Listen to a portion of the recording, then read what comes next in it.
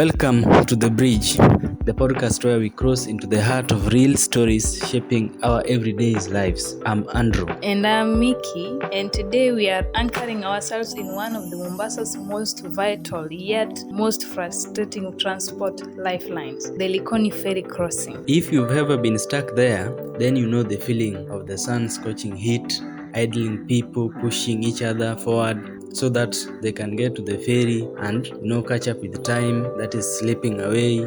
But beyond the delays and commotion, there is always a deeper story. A story of livelihoods, patience, struggle, and even for survival. Every morning and evening, thousands of commuters flood the Likoni Ferry crossing.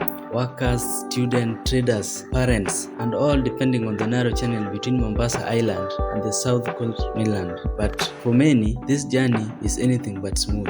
The ferry system operated across the Likoni Channel was designed to ease transport, but instead it has become a daily bottleneck. People struggling, waiting in line, long queues, unpredictable waiting times, overcrowded ferries, and rising tensions among commuters.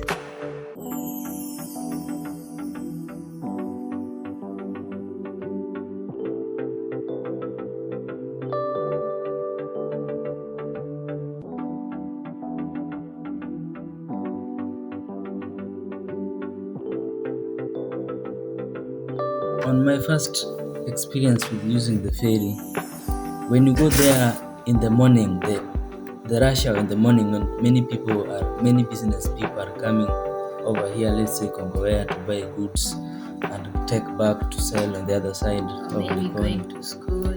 There are a lot of people that even finding if you just blink when they have opened the gate for people to go and board the ferry, you can miss it. Like when you delay for maybe 1 minute. Yeah. Okay, by the way, ferry operates with time. Mostly inakwanga like when if you go there 7 exactly, you'll have to wait for like 10 minutes.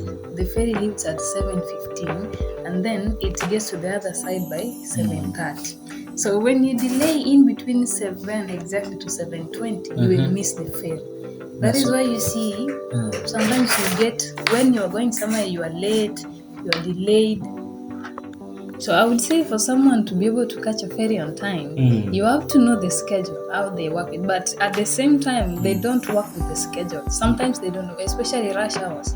They will stay there for more than the expected time, like more than 10 minutes they usually use. And sometimes you can be delayed because of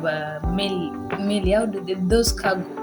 The shipments, yeah. When the shipment comes, before you cross, you will have to wait until the ship crosses. That is when the ferry will also cross. You cannot cross before the ship. You will have to wait. And that also contributes to the delays. Okay.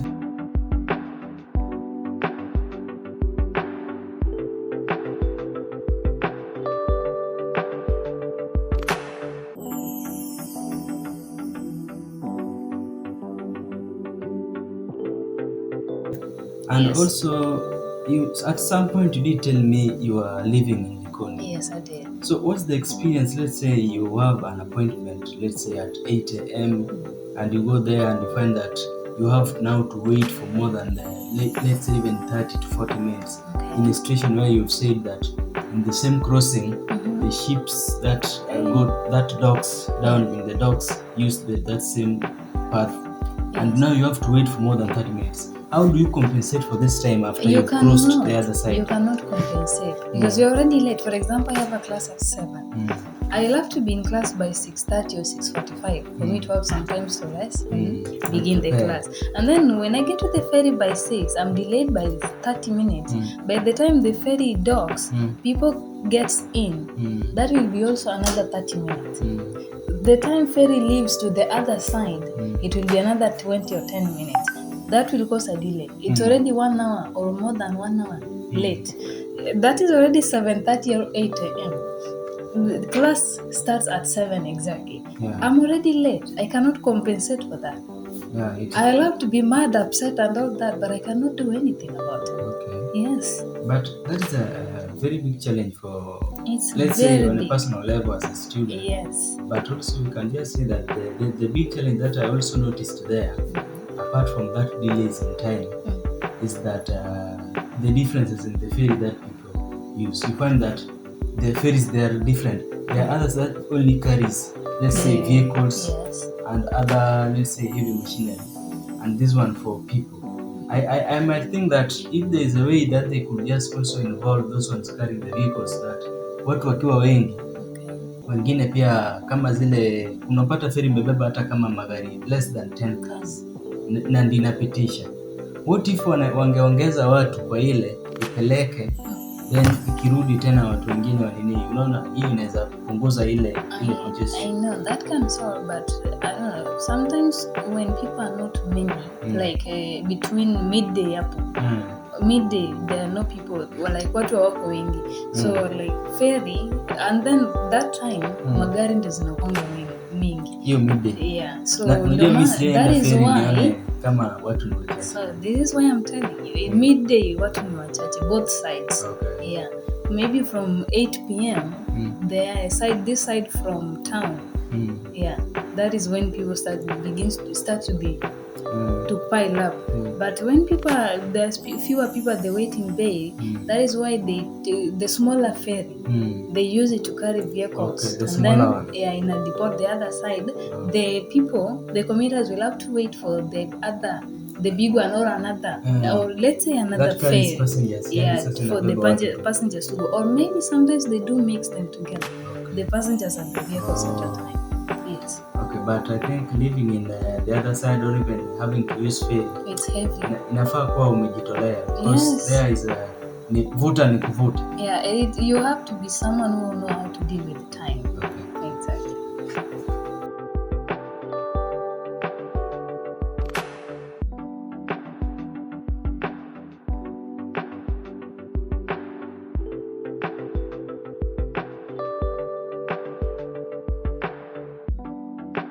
So what's causing the congestions? Experts and transport observers point to several issues, for example, like highlighting population growth in the coastal region, limited ferry capacity, peak hour imbalance to commuters' flow. There is also occasional breakdowns and maintenance delays, and inadequate alternative transport options. So, if I can ask you, as a person who mwenye umekuwa ukitumia ferry mara mingi, you have that first-hand experience. When I'm talking about crossing ferry, that commotion, the chaos, you understand it better.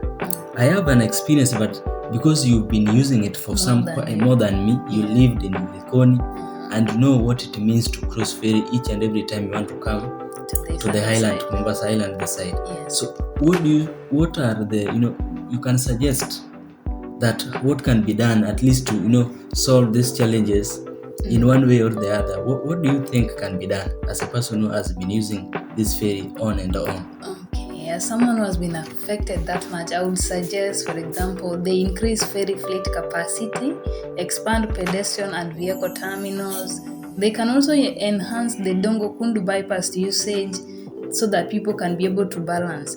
Also, they can introduce scheduled ferry timing systems, and also lastly, they can encourage off-peak commuting where possible. It is true to say that the Likoni Ferry is more than a crossing point. It is a symbol of connection rather than congestion. Yes.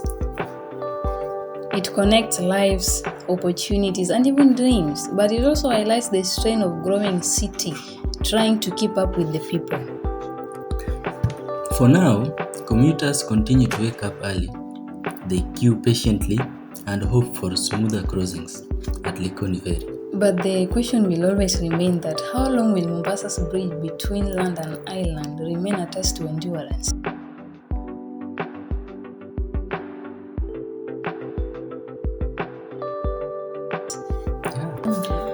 To our fans, our listeners, anywhere you've been listening this podcast from, we love you. For you, we are here, and everything we discuss here is to at least improve or even to empower, to educate and inspire everybody. You've been listening to me, to The Bridge, our podcast. I am Andrew Bonyo, the host. And I'm Anne Achieng. Until next time, stay informed, aware, and keep crossing the ferry safely.